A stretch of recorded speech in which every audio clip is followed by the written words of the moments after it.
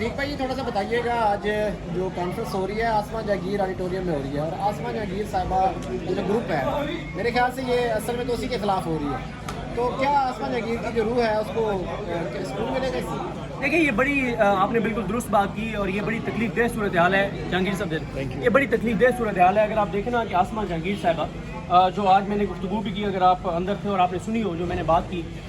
کہ اس وقت جب آسما جہانگیر صاحبہ جو ہیں وہ لاپتہ افراد کے لیے کھڑی ہوتی تھیں، اور آج جس طرح سے اس وقت آسما جہانگیر صاحبہ کھڑی ہوتی تھیں، آج ہمیں ایمان مزاری صاحبہ نظر آتی ہیں،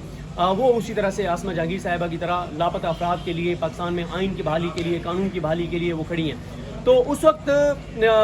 جو ہے وہ آسما جہانگیر صاحبہ، ظاہر ہے ہم ان پہ تنقید بھی کرتے تھے، ہم غلط، اور جس کی آج میں نے آپ کے سامنے معافی بھی مانگی، شرمندگی کا بھی اظہار کیا کہ ہم لاپتہ افراد کو جسٹیفائی کیا کرتے تھے، لیکن آپ نے درست کہا کہ آج آسما جہانگیر صاحبہ کا جو گروپ ہے وہ آج اس حکومت کے ساتھ کھڑا ہے، جبر کے ساتھ کھڑا ہے، بربریت کے ساتھ کھڑا ہے، فسطائیت کے ساتھ کھڑا ہے، یزیدیت کے ساتھ کھڑا ہے، لیکن آج بہت سے جنگ وکلا، اور ابھی آپ نے دیکھا لاہور بار میں، آپ نے دیکھا پنڈی بار میں، آپ نے دیکھا اسلام آباد بار میں، آپ نے دیکھا وہ وکلا جیتے ہیں جو جبر، بربریت، فسطائیت اور اس جو ملک کے اندر ظلم ہو رہا ہے اس کے خلاف کھڑے ہیں۔ تو یہ چیزیں ہیں، ظاہر ہے، اور میں گجر صاحب اگر میرے موبائل میں کچھ نام لوڈ ہیں، اگر آپ مجھے اجازت دیں میں وہ نام دوبارہ لینا چاہوں گا۔ آج میرا یہ تھا کہ میں جب بھی آپ کے ساتھ بھی گفتگو کروں گا تو دوبارہ وہ نام لوں گا، کیونکہ آج یہ قومی کانفرنس ہے، اور وہ نام جن کو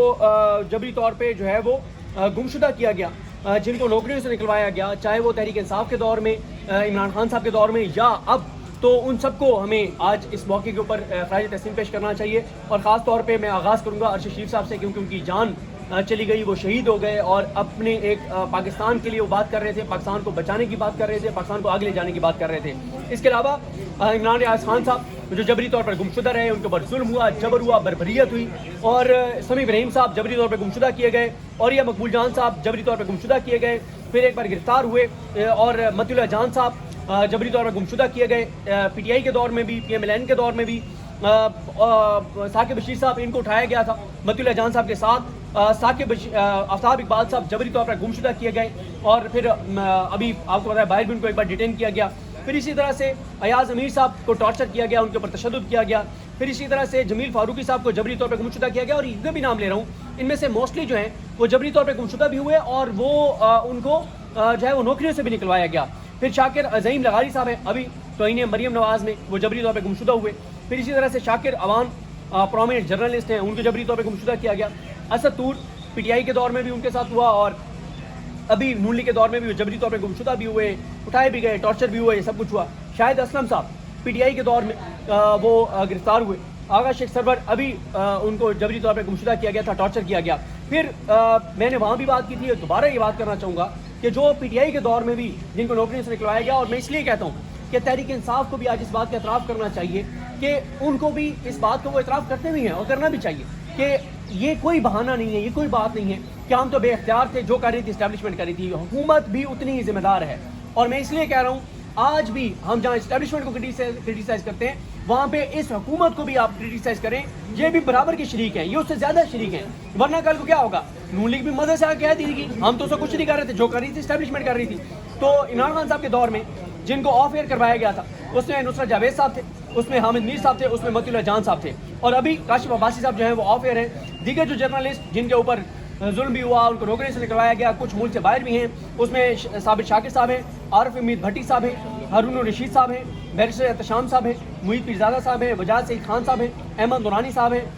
جن کو نوکریوں سے نکلوایا گیا اور پاکستان میں ہیں، سمینا پاشا صاحب ہیں، اسامہ غازی صاحب ہیں، احتشام علی عباسی ہیں، زبیر علی خان، ابھی ان کو ایک ڈیجیٹل میڈیا کے پلیٹ فارم سے ان کو نوکری سے نکلوایا گیا، ہرمیت سنگھ ہیں، بیرسٹر سعد رسول صاحب کو آفر کیا گیا دنیا نیوز سے، اور الیکشن سے پہلے ہی اسد اللہ خان صاحب کو آفر کیا گیا تھا، اب وہ آ گئے آن ایئر، لیکن ان کو آفر کیا گیا۔ نجم الحسن باجوہ کو نوکری سے نکلوایا گیا، اور وہ بھی ملک سے باہر ہیں۔ ضمیر حیدر صاحب، ابھی ایک ٹاؤٹ کے لیے کال آئی کہ اس ٹاؤٹ کو نوکری پہ بھرتی کرنا ہے، اس ٹاؤٹ کو رکھنے کے لیے ضمیر حیدر صاحب کو چینل 92 نے بشمول ان کی ٹیم جو ہے وہ نکال دیا۔ اس سے بڑی کیا ظلم اور بربریت ہو سکتی ہے؟ پھر اسی طرح سے پاکستان کے اندر سیاست.pk بند ہے، اور سیاست.pk ایک بڑا ڈیجیٹل میڈیا کا پلیٹ فارم ہے، بند ہے، پاکستان میں چلتا نہیں ہے۔ ان کے ساتھ جو کچھ ہوا، اس کو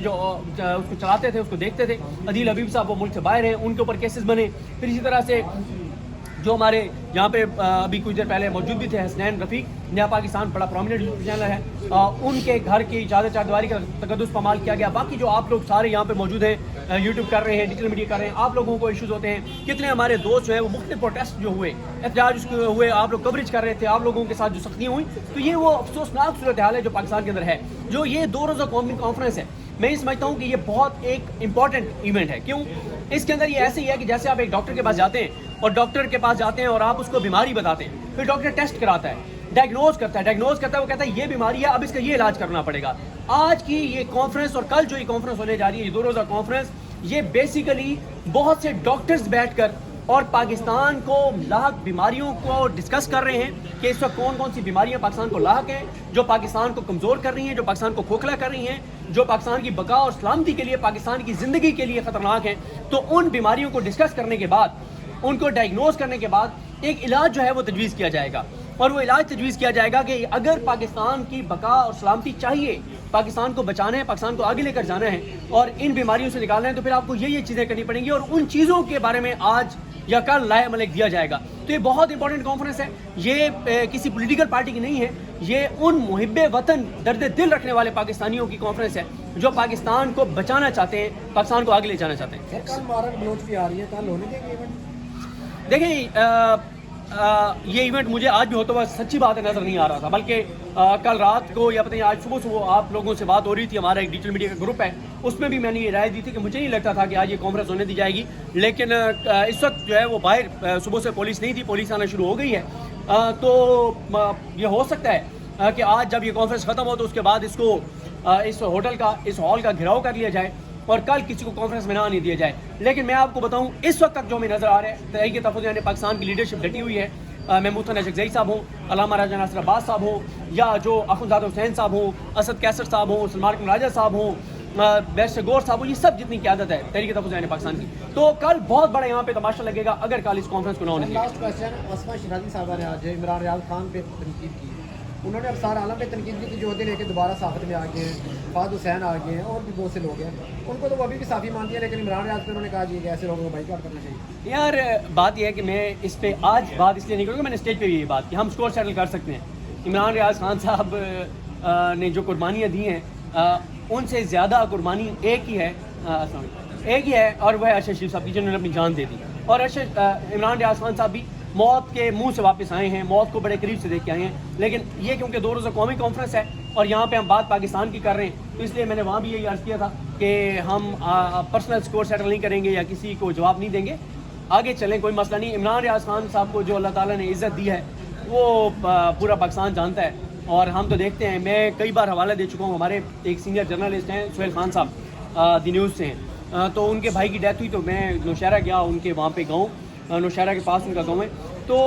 وہ نوشہری ان کا علاقہ ہے. تو وہاں پہ بزرگ ملے سفید داڑیوں والے اور ان کی آنکھوں میں آنسو تھے جب وہ عمران ریاض خان صاحب کے حوالے سے بات کر رہے تھے. تو یہ عزت بہت کم لوگوں کو ملتی ہے، اس لیے میں آج یہ تو بتائیں آئین کی بالادستی ہے، آئین کی بالادستی میں آرمی چیف کہاں سے آ جاتا ہے؟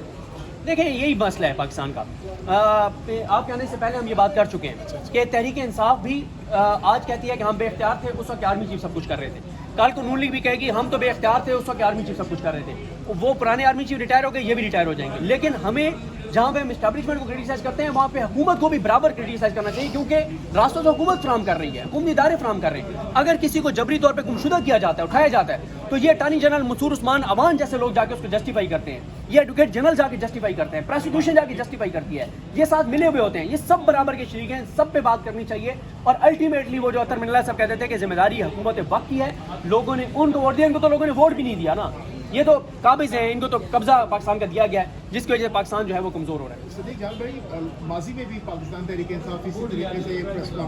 کانفرنسز کر چکی ہے. کیا اب کی بار یہ جو پریس کانفرنس 2 روزہ ہو رہی ہے، اس کا کوئی امپیکٹ ہوگا مستقبل قریب میں؟ دیکھیں ایک بات آپ ذہن میں رکھیں، تحریک انصاف نے بہت کانفرنسز کی. عمران خان کی حکومت جانے کے بعد یہ پہلا ایسا ایونٹ ہے جس میں تقریباً تمام پولیٹیکل پارٹیز شامل ہیں، تقریباً جو اپوزیشن کی ہیں تقریباً تمام شامل ہیں. تو ایسی کانفرنس پہلے نہیں ہوئی اور میں یہ سمجھتا ہوں، میں نے وہاں پہ بات بھی کی، اسٹیج کے اوپر بھی بات کی، ڈائس کے اوپر بھی بات کی، کانفرنس میں بھی بات کی کہ تحریک تحفظ یعنی پاکستان کے اندر کچھ لوگ جو ہیں ان کو اس وقت اپروچ کیا جا رہا ہے. ان تحریک انصاف کے تحریک تحفظ یعنی پاکستان کے اندر جو لوگ ہیں ان کو جو کمپرومائزڈ لوگ اگر ہیں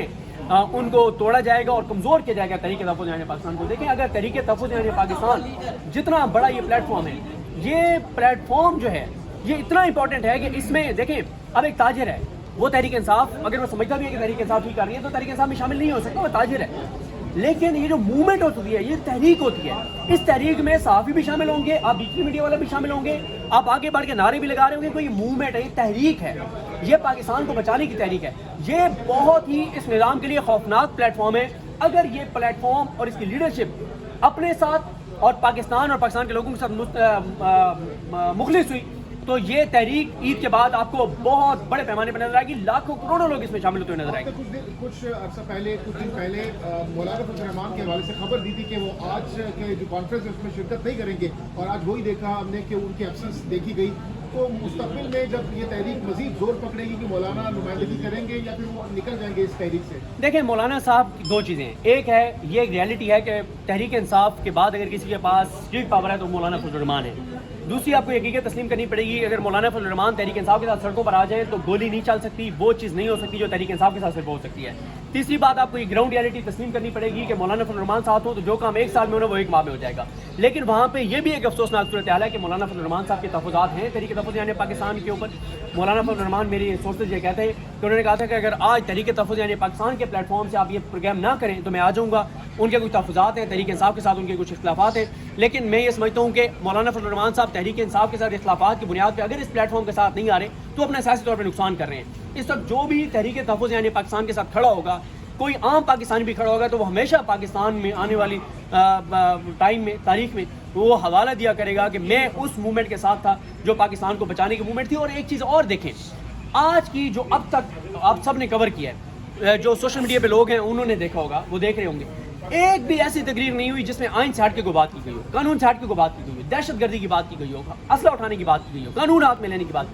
سب پاکستان کا درد رکھ کر رہے ہیں، سب پاکستان کی بات کر رہے ہیں. اور یہ اس لیے کانفرنس نہیں ہونے دی جا رہی تھی کہ یہ جو باتیں اگر ہوں گی جو کہ ہو رہی ہیں یہ ہائی لائٹ ہوں گی، یہ ہائی لائٹ ہوں گی. اگر لائے عمل طے ہو جاتا ہے اور سارے اس پہ سائن کر دیتے ہیں تو یہ اس نظام کے لیے بہت خوفناک ہے، کیونکہ یہ نظام کھڑا ہے جبر کے اوپر، بربریت کے اوپر، فسطائیت کے اوپر، یزیدیت کے اوپر. اور ایک اینٹ اس دیوار سے نکلی تو پوری دیوار گر جائے گی، جبر کی دیوار گر جائے گی. بھائی کیا یہ تحریک عمران خان کی رہائی میں کردار ادا کر پائے گی، اور عمران خان کی رہائی کب تک دیکھ رہے ہیں آپ ایز اے جرنلسٹ؟ دیکھیں عمران خان صاحب کی جو رہائی ہے نا، اس میں مسئلہ یہ ہے کہ اس میں تحریک انصاف کی قیادت کو بھی تنقید کرتا رہتا ہوں کہ جتنی وہ اگریسو اس میں اور سنسیئرٹی کے ساتھ چلیں گے اتنی عمران خان کی رہائی جلدی ممکن ہو جائے گی. دوسری بات یہ ہے کہ عمران خان صاحب جو ہیں وہ کیونکہ ان کا مقصد اب بڑا ہے اور وہ کچھ بڑے فیصلے کر چکے ہیں تو اس لیے ان کی رہائی مشکل ہو رہی ہے، کیونکہ وہ خود کمپرومائز کر کے آنے کو تیار نہیں ہے، بات چیت کر کے آنے کو تیار نہیں ہے، تو اس لیے وہ جیل بیٹھے ہیں. لیکن بات یہ ہے کہ ہر آنے والے دن کے ساتھ ان کی پاپولیرٹی بڑھ رہی ہے. دیکھیں تحریک تحفظ یعنی پاکستان کی جو ایک میٹنگ تھی اس کا جو اندرونی احوال ہے اس میں یہ بات کی گئی کہ عمران خان کی رہائی تو اب ایک معاملہ ہے، لیکن اس وقت مسئلہ پاکستان کی بقا اور سلامتی کا